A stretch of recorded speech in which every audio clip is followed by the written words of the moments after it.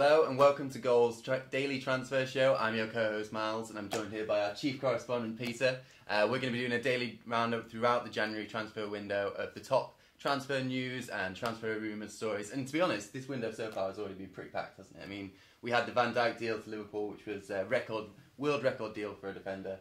We've had Diego Costa, obviously everyone's known about that for a while. We're going to Atletico. Bayern signed Sandro Wagner, and you also had Adrien Silva against Leicester, yeah. So if you can vote on the left-hand side of your screen, or right-hand side of your screen, my left, for your top transfers so far of the transfer window, by clicking the like emoji, the heart emoji, the shocked emoji, or the angry emoji. And we're going to be talking a little bit about the top transfer lines of the day.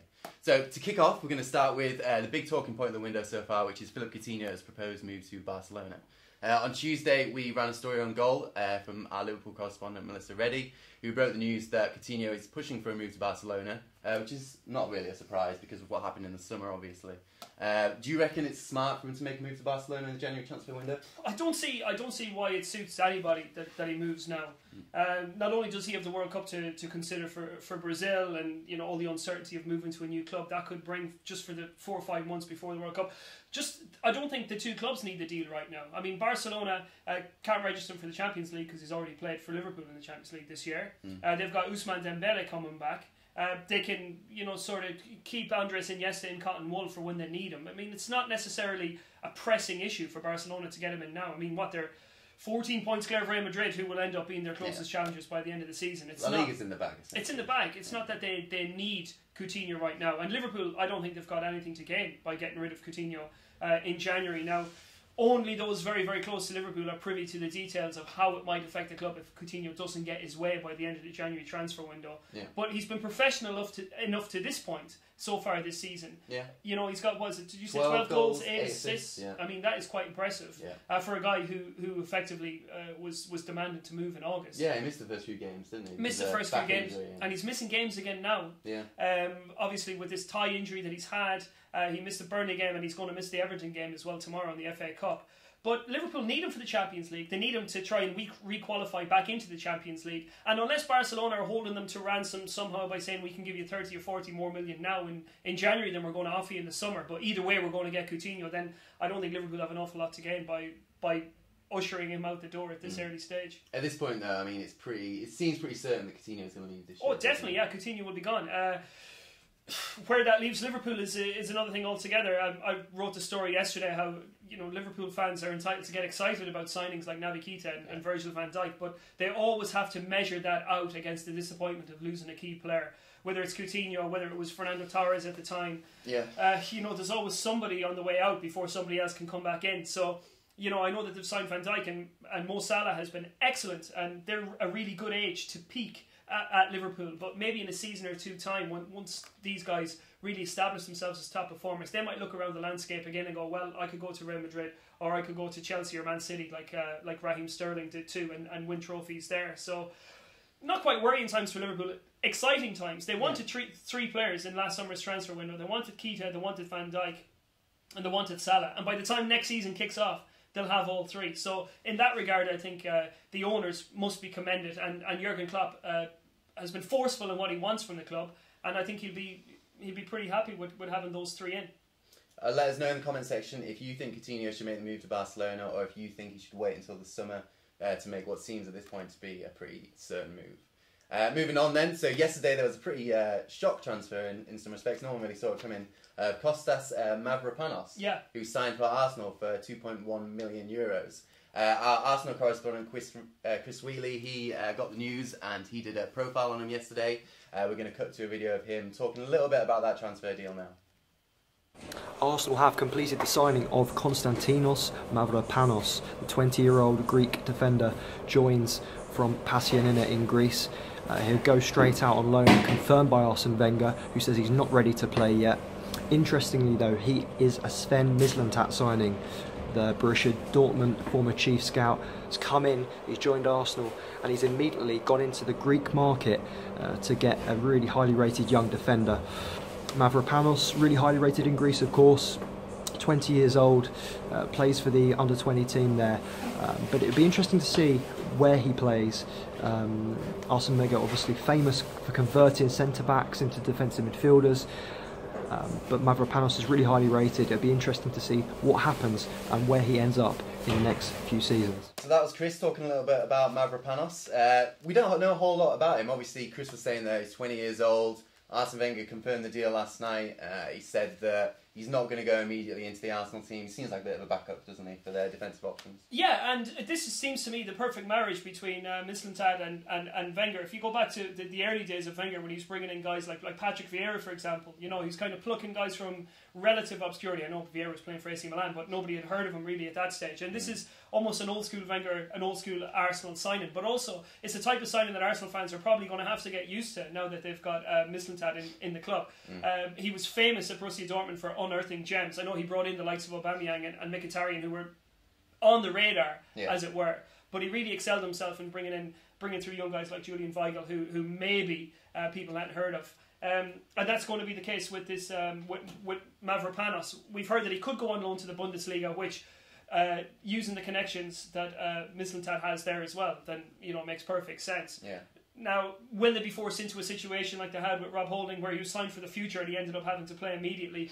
Who knows? Who knows what's going to go on in Arsenal? But certainly, as the game proved last night, they could probably do with some defensive reinforcements. They're not always the most solid team. Yeah, I mean, last night they were missing Koscielny, weren't they? And I think they're missing Monreal as well. Yeah. So, and Kolasinac, of course, as well. So that back sort of, was it back five, I think they played all. Yeah. Yeah, I mean, it did look a bit weak, and they conceding the 2 goals to Chelsea in the second half.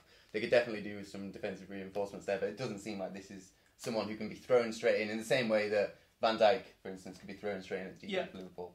Doesn't look like that. Definitely a signing for the future, and by all accounts, I know Chris has really good connections in Greece as well, and they're quite impressed that Arsenal have managed to snare a deal for Mavropanos, because he was on the radar of some other big clubs, and we know that the scout has been using his contacts within Greek football. He watches a lot of Greek underage football, and a lot of young Greek players have moved on. Retsos, I think, went to Bayer Leverkusen last year. A lot of them moved into the Bundesliga in terms of their development, and maybe Arsenal is going to become almost a secondary destination for young Greek players. Yeah, that'll be interesting. So obviously we talked a little bit there about the Arsenal-Chelsea game. Yeah. Pretty brilliant game last night. I mean, I was talking a bit beforehand to one of our colleagues about how the Arsenal games against top 6 sides, it seems to be really entertaining. It certainly hasn't got the results that they would have wanted. But you think about the game against Man United, where they lost 3-1 but played quite well. De Gea had a fantastic performance just before Christmas, where they drew against Liverpool. And now drawing against Chelsea. I mean, there are some obvious problems there in their defensive weaknesses, but their attack against those top teams really does look fantastic. Looks brilliant, yeah. And key to all of that is Mesut Ozil. I know he gets a lot of criticism for the way he plays, and maybe for the way he looks when he's playing football, that he doesn't look like he's putting in the effort that some of the other players might look like they're putting in. But Ozil is he's a Rolls Royce of a player, and his influence in the game last night, every time that he got the ball, he was making something happen for Arsenal. He doesn't waste a pass. And if you look at the performance output between Sanchez and Ozil, I think if you give Arsenal fans a choice over, if they said you had to keep one of them for the summer, I think it would be an overwhelming majority that would choose Ozil over Sanchez. Our Chelsea correspondent Naz Kinsella was also at the match last night, and he was talking to some Arsenal and Chelsea fans about who they wanted to sign in the January transfer window. I think we need another striker. I think we're light up front.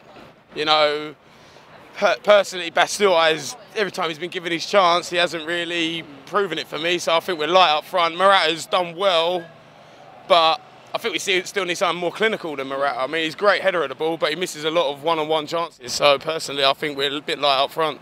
I'd like to bring in a holding midfielder like Nzonzi. I think with our current issues at the club in terms of our defence, having a really solid, hard-tackling defensive midfielder sitting just in front of our back four or back five, whatever Arsene chooses to go with, would be crucial into if we want to try and rescue top four, because we're so weak at the back and we can't just afford to keep getting exploited on a weekly basis. He'll be great. I mean, such a big player. I know he's Arsenal player, but still, if we could look, it's like a regular. He's a good player, a great player. He will help Chelsea, especially when he plays beside the Hazard. I mean, it will be fantastic. Our midfield is so weak. I mean, Ramsey, they have nothing behind them. Honestly, like look what Man U did. They got Matic, and look what they're doing right now. Even though they're obviously City's already won the league, freaking before December, I think we need steel in our midfield, and that's like the number one. No, I think we need a striker. Lewandowski from Bayern. I think he'd fit perfectly. His speed, his agility, his finishing. That's what we need. Welcott's just not cutting it anymore. Giroud's not cutting it, too slow. Well, I don't know. I think we're linked with Mahrez from Leicester.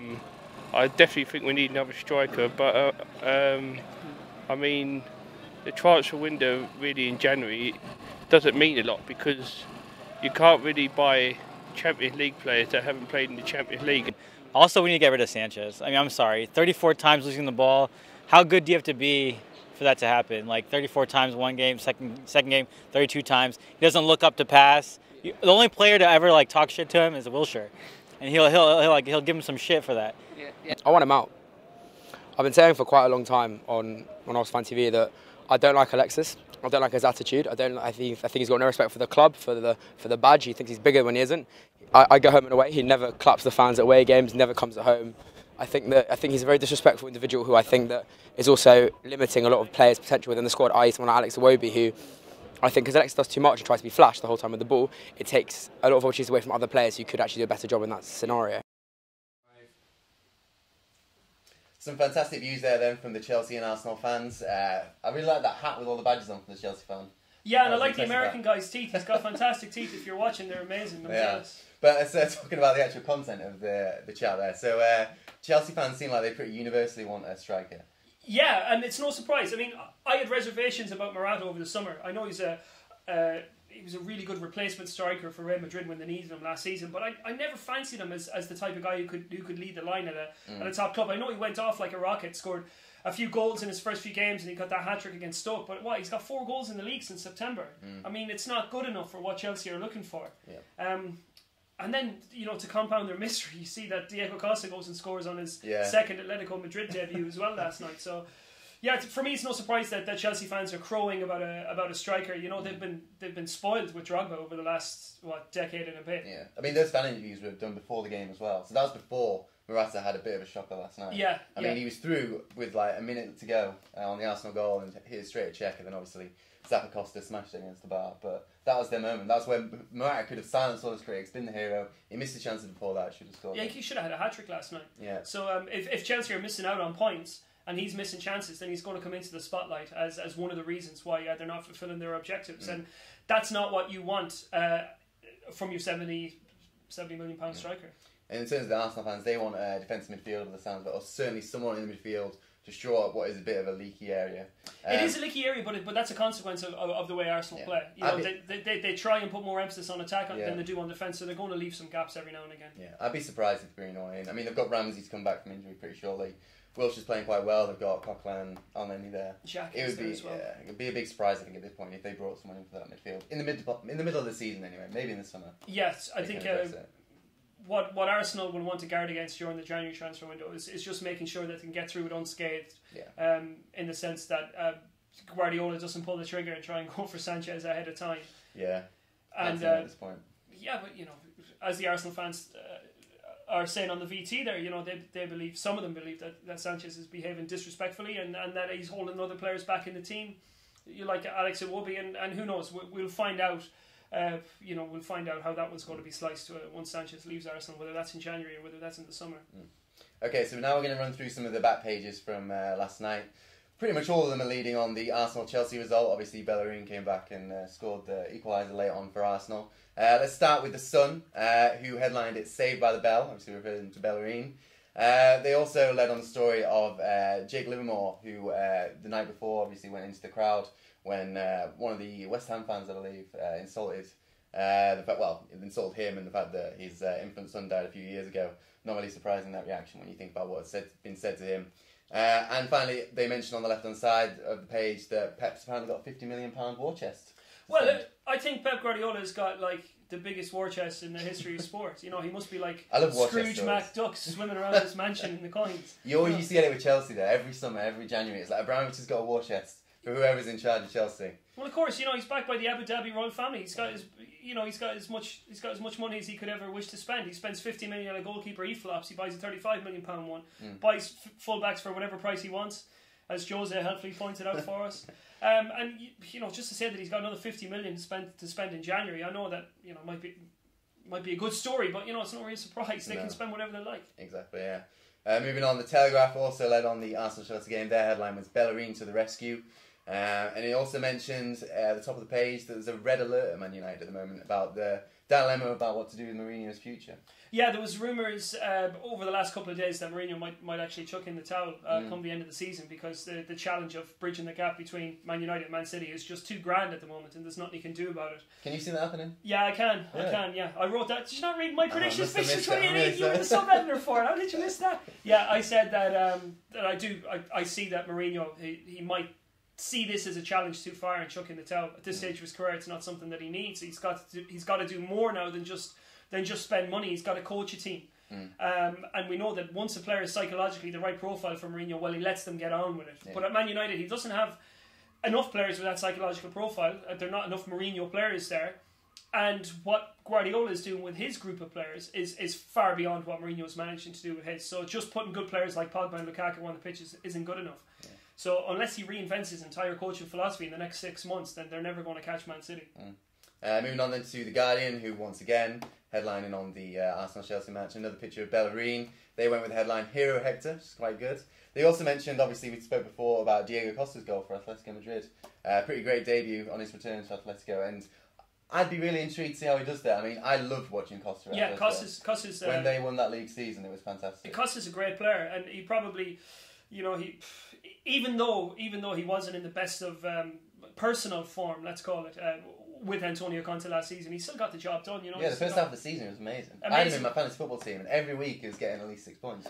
But yeah, he was scoring all the time, and he probably ran into a few problems with Antonio Conte, and that's the problem with that Chelsea have now with David Luiz as well, is that maybe another elite performer, another title winner like Costa was, could follow him out the door in January, and I think it's probably more important that Chelsea get on the same page with players like David Luiz than get rid of him if they don't look like the right fit, because Luiz has been nothing but a great servant for Chelsea down throughout the years, and there's plenty of football left in him.